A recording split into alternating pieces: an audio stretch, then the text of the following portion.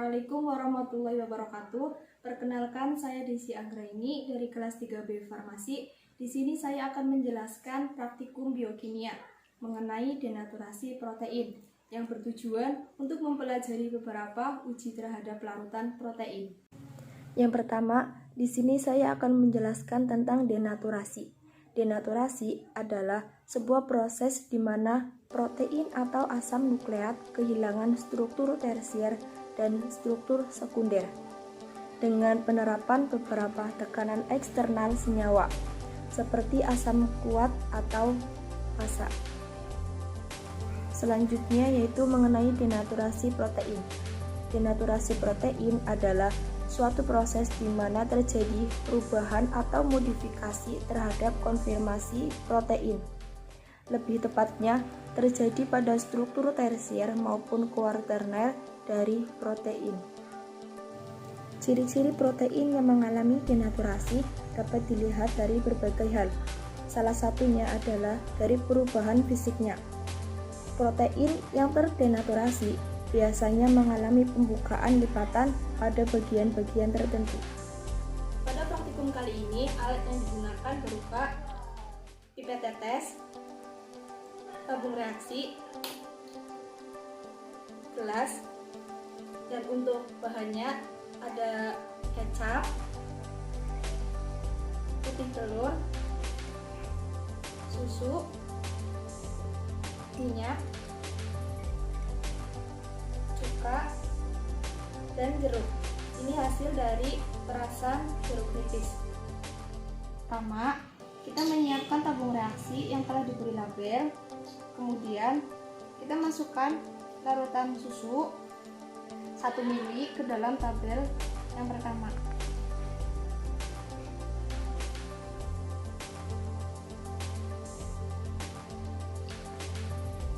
Kemudian masukkan reagen berupa jeruk nipis sebanyak 1 ml.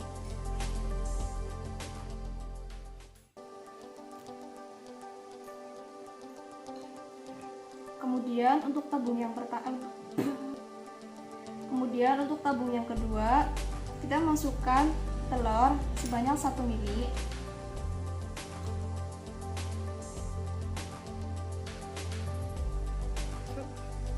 Kemudian masukkan reagen berupa jeruk nipis sebanyak 1 ml.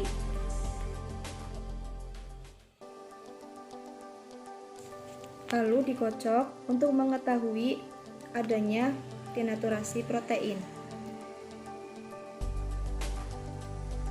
Perlakuan selanjutnya yaitu mengambil 1 ml minyak, masukkan ke dalam tabung reaksi ketiga.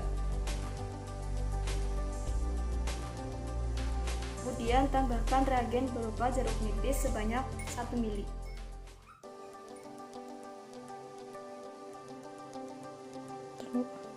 Yang terakhir, masukkan kecap ke dalam tabung reaksi keempat sebanyak 1 ml.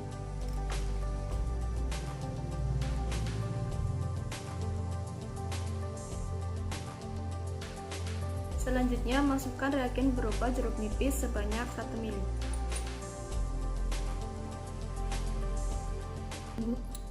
Kemudian dikocok untuk mengetahui adanya denaturasi protein. Untuk hasilnya, terjadi gumpalan pada larutan susu dan telur ketika ditambahkan perasan jeruk nipis. Untuk perlakuan selanjutnya, dengan larutan yang sama dan menggunakan reagen yang berbeda, yaitu berupa cuka. Masing-masing larutan dan reagen sebanyak 1 ml. Bisa dilihat hasilnya, yaitu terjadi gumpalan pada larutan susu dan telur. Untuk pembahasan kali ini, penyebab terjadinya denaturasi protein adalah karena adanya perubahan suhu atau pH yang terlalu ekstrem. Denaturasi protein meliputi gangguan dan kerusakan yang mungkin terjadi pada struktur sekunder dan struktur tersier protein. Pada struktur protein terdapat 4 jenis interaksi yang membentuk ikatan pada rantai samping seperti hidrogen, jembatan garam, ikatan disulfida, dan interaksi hidrofobik nonpolar yang kemungkinan mengalami gangguan dikatakan denaturasi jika larutan mengalami gumpalan-gumpalan. Peran bahan menurut Cokro Adikusumo tahun 1986, asam asetat atau asam cuka digunakan untuk rumah tangga, industri, dan kesehatan yaitu sebagai berikut. Yang pertama, bahan penyedap rasa pada makanan.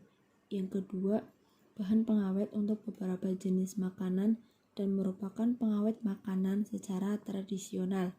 Yang ketiga, pembuatan obat-obatan berupa aspirin. Yang keempat, bahan dasar pembuatan anhidrida asam asetat yang sangat penting diperlukan untuk asetilasi, terutama di dalam pembuatan selulosa asetat. Yang kelima, bahan dasar untuk pembuatan banyak persenyawaan lain seperti asetil klorida F di bidang industri karet. Yang keenam, 0,3% asam asetat dapat mencegah pertumbuhan kapang penghasil mitotoksin. Selanjutnya dapat dilihat berupa gambar struktur protein. Struktur protein dapat dilihat sebagai hierarki, yaitu berupa struktur primer tingkat 1, sekunder tingkat 2, tersier tingkat 3, dan kuarterner tingkat 4. Struktur primer protein merupakan urutan asam amino penyusun protein yang dihubungkan melalui ikatan peptida atau amida. Jadi kesimpulan pada praktikum kali ini, denaturasi protein disebabkan adalah karena adanya perubahan suhu atau pH terlalu ekstrem. Yang kedua yaitu perubahan yang terjadi pada uji denaturasi protein adalah gumpalan-gumpalan pada larutan.